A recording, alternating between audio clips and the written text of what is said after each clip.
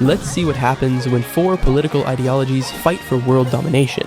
For this video, we'll be using a map divided into 4 perfectly equal quadrants, each assigned a different biome to help us tell them apart more easily. In the grassland biome, we'll place 2 humans with the trait, or rather the ideology, of capitalism. Then we'll head over to the savanna, where we'll place 2 more humans, this time with a communist ideology. Next, we move on to the jungle biome, where we'll once again add 2 humans, turning them into anarchists. And finally, we head to the permafrost biome, where we'll place 2 humans with the ideology of duck followers, if you know what I mean. Once all the groups are in place, we hit play and let them start exploring their surroundings. Some are already getting to work on their first structure, most likely a campfire, while we go ahead and customize and rename each kingdom for easier tracking. The capitalists get off to a quick start, building a campfire and 2 tents, though one is still under construction. The communists are basically at the same stage. The duck followers are a bit ahead. They already have 3 houses, one of which has been upgraded, and they've even laid the foundation for a 4th. The anarchists, on the other hand, are slightly behind in terms of infrastructure, but when it comes to population, they're leading the pack, having already had 4 children, making them the most fertile group so far. After 20 years, here's how things are looking. In terms of territory, all 4 ideologies are more or less evenly matched, except for the duck followers. Not only have they upgraded almost all their homes and built a palace for their leader, but they've also founded a second village, putting them ahead in terms of territorial expansion.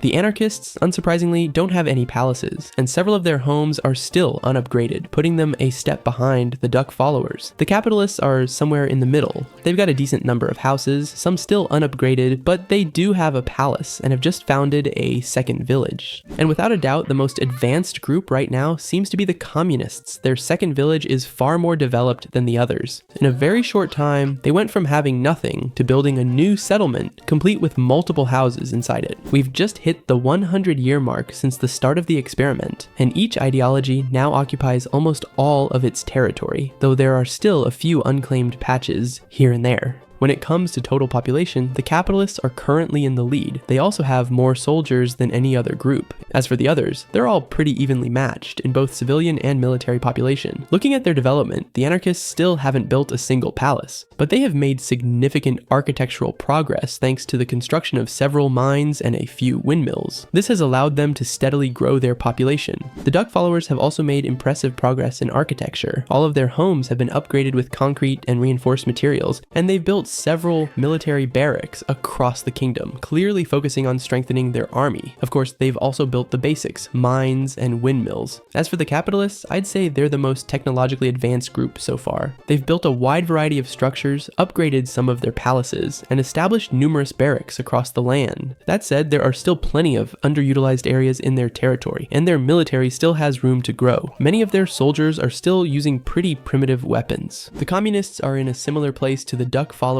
but with fewer barracks. However, they do have multiple windmills spread throughout their land. Most of them aren't being fully used just yet, but given their steady growth, I'd say it won't be long before they start taking better advantage of them. As for their military, they're in a situation similar to the capitalists. They've still got a long way to go when it comes to gear and equipment, but hey, it's only been 100 years, so that's not too surprising. Now jumping ahead to year 300, here's the current global situation. The capitalists clearly dominate in terms of overall population with more than 1,200 citizens, far ahead of their closest competitor, the duck followers, who have just under 800. Militarily, the capitalists are still in first place, though the gap between them and second place isn't quite as large. However, there is a noticeable difference compared to the anarchists and communists, who both have significantly smaller armies. When it comes to progress, the capitalists clearly have the upper hand in technology. Their troops have already started using firearms, although there are still a few squads that aren't armed yet. The communists, for their part, have also begun introducing some modern upgrades, like renovating one of their palaces and starting construction on a few advanced buildings. As for their army, some of their soldiers are now carrying firearms too,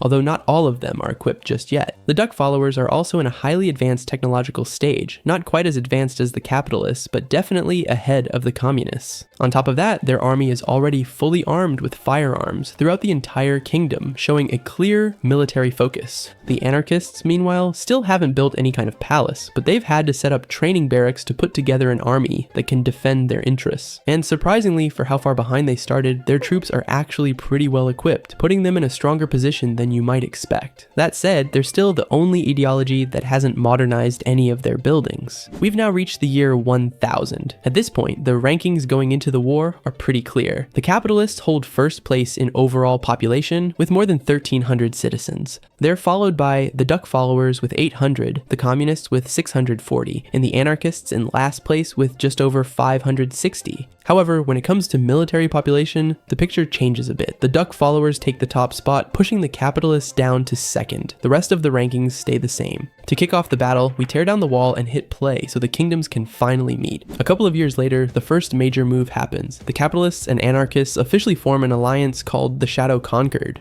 Together, they surpass 2,000 total citizens and are closing in on 800 soldiers. With the alliance now in place, they go straight for the communists. The attack starts on the capitalist border, where their firearm-equipped troops quickly push forward and wipe out the communist forces trying to hold the line. Not long after, the anarchist soldiers join in from the south and move straight into the heart of the communist kingdom. While all this was happening, the Duck followers decided to join the alliance known as the Shadow Concord. Although, for now, they didn't seem willing to attack the communists. The capitalists managed to conquer part of communist territory while holding their border. But soon after, the Duck followers broke away from the Shadow Concord, betraying both the capitalists and the anarchists. They joined forces with the communists and eventually declared war on their former allies. They quickly began to retake territory while defending their own kingdom from enemy advances. Unfortunately for the communists, it was already too late. The Shadow Concord ended up conquering all of their land. The Duck followers proved their strength by swiftly reclaiming nearby regions and launching a southern attack on the capitalists, catching them completely off guard and taking a significant portion of their land in the process. At this point, both sides controlled almost equal amounts of territory. Even so, the Duck followers pushed forward and invaded what used to be communist land, wiping out anyone they saw as a threat and claiming the area as their own. Shortly after, they went on to conquer all of the anarchist territory. The anarchists weren't entirely wiped out just yet, since they still held a small piece of land that the capitalists had granted them in an attempt to prevent their extinction.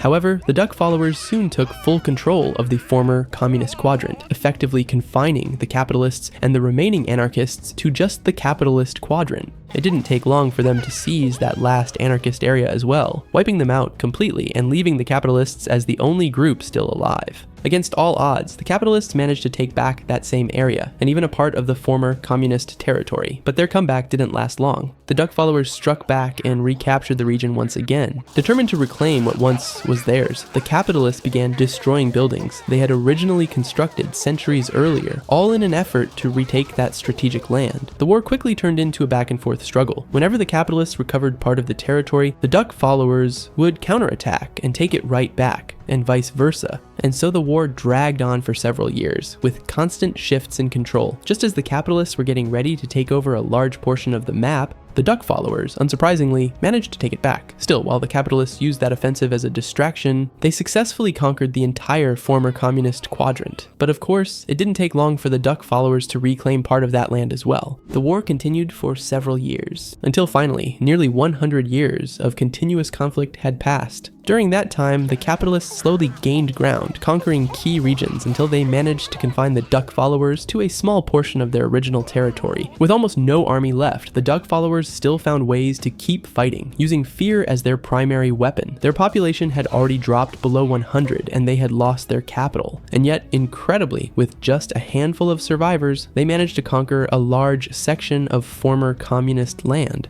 But in the end, it was impossible for them to withstand the constant siege from the capitalists, who, with superior numbers, better territory, and more advanced technology, ended up fully conquering the Duck followers. And now, after more than 100 years of war, we finally have a winner, and it is the capitalists.